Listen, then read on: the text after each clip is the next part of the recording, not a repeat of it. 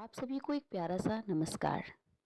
देखिए, हम सभी को पता है कि हमारे भारतवर्ष में बहुत से सुंदर सुंदर त्योहार मनाए जाते हैं। अब उन्हीं में से एक है सकट चतुर्थी।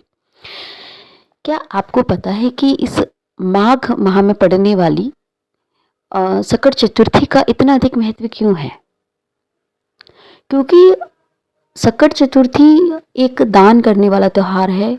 और क्योंकि हम सभी को पता है कि देखिए, माघ माह में जो दान किए जाते हैं वो अत्यधिक पुण्य फलदायी होते हैं। माघ माह में आप तिल, गुड़, गज्जक आदि का दान दे सकते हैं। इसके अलावा कुछ लोग कपड़ों का या अन्य वस्तुओं का भी दान करते हैं। इसी माह में पड़ने वाली मकर संक्रांति भी दान पुण्य का ही पर्व है। आज हम बात करेंगे सकट चतुर्थी के बारे में। तो देखिए, सकट चतुर्थी जो होती है ये गणेश जी से रिलेटेड है। और देखिए, गणेश जी ही जो है वो ही सकट देवता का रूप माने जाते हैं। तो इसकी कहानी मैं आपको विस्तार से बताती हूँ। होता क्या है कि देखिए, कई लोग कई तरह से कहते हैं इस कहानी को, लेकिन हमारे यहाँ जिस तरीके से कहते हैं मैं उस तरीके से आपको बता रही हूँ। अगर आपको मेरी कहानी पसंद आए तो इसको प्लीज़ लाइक करें, शेयर करें और मेरे चैनल को सब्सक्राइब करें। मेरे फेसबुक पेज को फॉलो करें। देखिए, एक बार क्या होता है कि एक देवरानी और एक जेठानी होती है। तो जो देवरानी जेठानी होती है उसमें देवरानी गरीब होती है और जेठानी अमीर होती है। अब जो देवरानी होती है उसका पति जो होता है वो गुस्से वाला भी होता है, ठीक है। क्योंकि जेठानी अमीर थी तो देवरानी को अपना घर खर्चे चलाने के लिए, अपने बच्चों को पालने के लिए जेठानी के यहाँ काम पर रोज ही जाना पड़ता था। वो वहाँ उसका काम करने के लिए, उसका गोबर वगैरह करने के लिए जाया करती थी। क्योंकि पुराने ज़माने में तो ये सारे काम होते थे, आज भी होते हैं, ठीक है। अब होता क्या है कि जब वो रोज जाती है वहाँ काम करने के लिए तो वहाँ से जो भी उसे मिलता उससे आकर के वो अपना भोजन बनाया करती थी और अपने बच्चों को और अपने पति को खिलाया करती थी। एक दिन सकट चौथ का त्योहार आता है। तो जो जेठानी होती है वो बड़े ही अच्छे अच्छे पकवान तैयार करती है कि आज तो सकट चौथ का त्योहार है, मैं बहुत अच्छे अच्छे पकवान बनाऊंगी। तो वो देसी घी में सारे पकवान बनाती है। अब कहते हैं ना कि जब हम श्रद्धा से कोई काम करते हैं तो भगवान हमारी श्रद्धा देखते हैं, हमारा दिखावा नहीं देखते।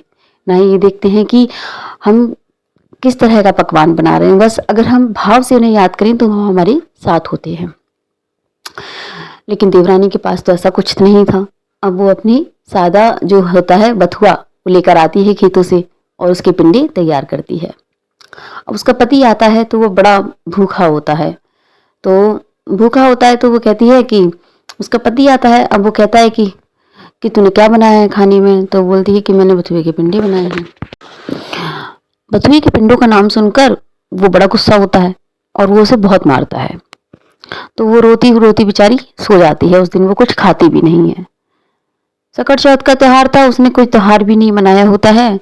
लेकिन रात को सकट देवता उसके यहाँ आते हैं तो उससे पूछते हैं कि उससे बोलते हैं, गेट खटखटाते हैं उसका, बोलते हैं कि मुझे बहुत भूख लगी है, मुझे कुछ खाने को दे दो।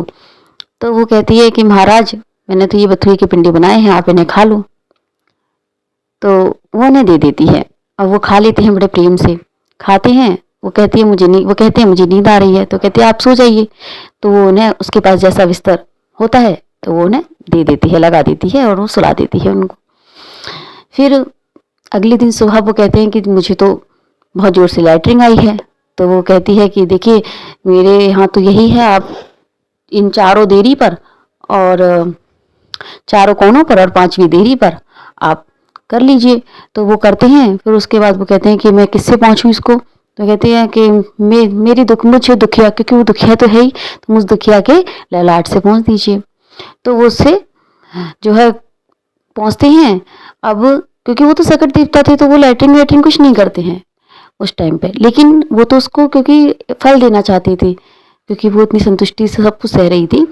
तो वो देखते हैं कि जैसे वो चले जाते हैं तो वो सब कुछ जो है सोने चांदी हीरे जवाहरात में परिवर्तित हो जाता है।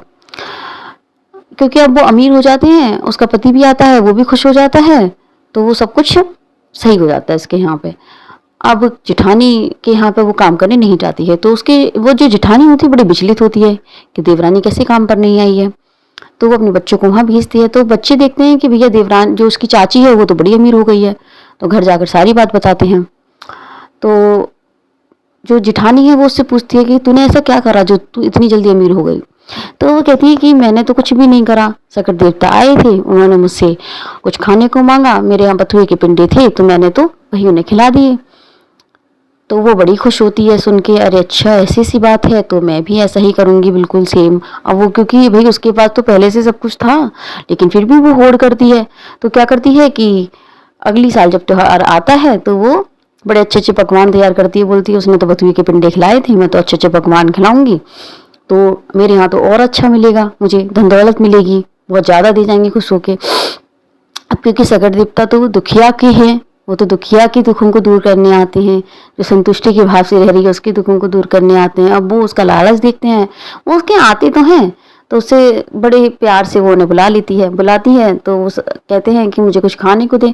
अब वो देती है तो कहती देखो उसने तो बथुए की पिंडी खिलाई थी, मैं तो इतना अच्छा अच्छा पकवान खिला रही हूँ आपको। तो वो खा लेते हैं। फिर वो अच्छे अच्छे बिस्तरों पर उन्हें सुलाती है। अगले दिन वो कहते हैं मुझे राइटिंग लगी है, तो वो कहती है कि ठीक है आप कर लीजिए, चारों कोनों पर 5वीं देहरी पर। तो वो कर लेते हैं। अगले दिन जब और वो अपने पति से बोलती है कि देखिए आप मुझे मारिएगा, है ना। उसका पति कभी उससे हाथ नहीं लगाता था, फिर भी वो कहती है मुझे मारिएगा। तो उसका पति जो है उसे वैसे ही झूठ मूठ का मार देता है। अब जब उसे लाइटिंग लगती है तो लाइटिंग करते हैं, फिर बोलते हैं कि मैं किससे पहुंचूं कि आप, तो वो तो दुखिया नहीं थी, तो कहती है कि मुझ सुखिया के ललाट से। ठीक है, वो सुखिया के ललाट से पहुंच लेते हैं। फिर उसके बाद क्या होता है, उसके बाद जो है उसका पति आता है और देखता है कि भैया पूरे घर में बदबू ही बदबू फैली है। ठीक है, पूरे घर में बिल्कुल बदबू ही बदबू हो रही है और बहुत ही मतलब गंदा हो जाता है घर। तो फिर जो उसका पति होता है वो उसे सच में मारता है, कहता है कि वो तो दुखिया थी, उस पर नहीं था इसलिए भगवान ने उसे दिया, और तुम पे सब कुछ है फिर भी तुम इस तरह से कर रही हो। और तो वो बड़ा दुखी होता है और उसको बहुत पीटता है सब।